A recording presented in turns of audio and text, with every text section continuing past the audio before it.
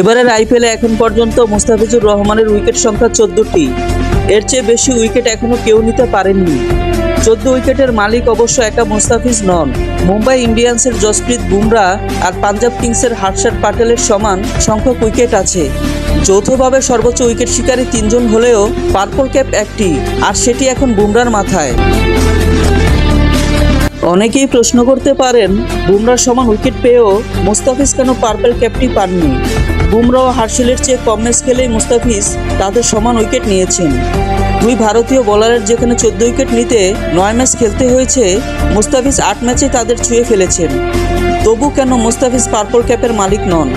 আইপিএলে বোলারদের purple cap জেতার প্রধান মানদণ্ড উইকেট সংখ্যা।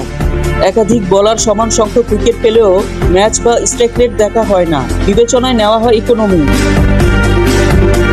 অর্থাৎ প্রতি ওভার কে কেমন রান দিয়েছেন। ঠিক এই জায়গাতেই বুমরার চেয়ে পিছিয়ে মুস্তাফিজ। মুম্বাইয়ের বুমরা এখন পর্যন্ত 36 ওভার বল করে দিয়েছেন 239 রান, ওভার প্রতি 6.63 করে। আর মুস্তাফিজ 30 ওভার 2 বল করে দিয়েছেন 96 রান, ইকোনমি 9.75। পাঞ্জাবের হর্ষদ প্যাটেল অবশ্য রান দিয়েছে আরও বেশি হারে, ওভার প্রতি 10.18 করে।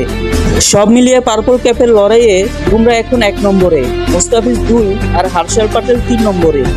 আইপিএল টুর্নামেন্ট চলাকালে সর্বোচ্চ উইকেট শিকারীর মাথায় থাকে পার্পল ক্যাপ। আর ফাইনাল ম্যাচের পর যার উইকেট বেশি তিনি হয়ে যান পার্পল ক্যাপের আসল জয়ী। 2013 ও 21 আইপিএলে সর্বোচ্চ 32 উইকেট পেয়েছিলেন ডোয়েন ব্রাভো ও হর্ষদ প্যাটেল। কিন্তু নিয়ম অনুযায়ী দুজনের মধ্যে তুলনায় ইকোনমিতে পিছিয়ে থাকেন হর্ষদ। এবারের আসরে মুস্তাফিজ অবশ্য পার্পল ক্যাপের লড়াইয়ে শেষ পর্যন্ত থাকছেন না। আগামী 1 মে চেন্নাই পাঞ্জাবের ম্যাচের পরই বাংলাদেশে ফিরে আসবেন মুস্তাফিজ। 3 মে চট্টগ্রাম শুরু হতে যাওয়া বাংলাদেশ জিম্বাবুয়ে টি-20 সিরিজের প্রথম 3 ম্যাচের দলে না থাকলেও শেষ 2 ম্যাচে থাকতে পারেন তিনি।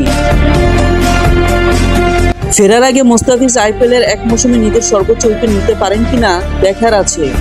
2016 আসরে 16 ম্যাচে 17 উইকেট নিয়েছিলেন তিনি, যা এখন পর্যন্ত তার টুর্নামেন্টের সর্বোচ্চ। দ্বিতীয় সর্বোচ্চ 14 ম্যাচে 14 উইকেট নিয়েছিলেন 2014 সালে রাজস্থান রয়্যালসের হয়ে। এবার চেন্নাইয়ের হয়ে সেটা 8 ম্যাচে ছুঁয়ে ফেলেছেন।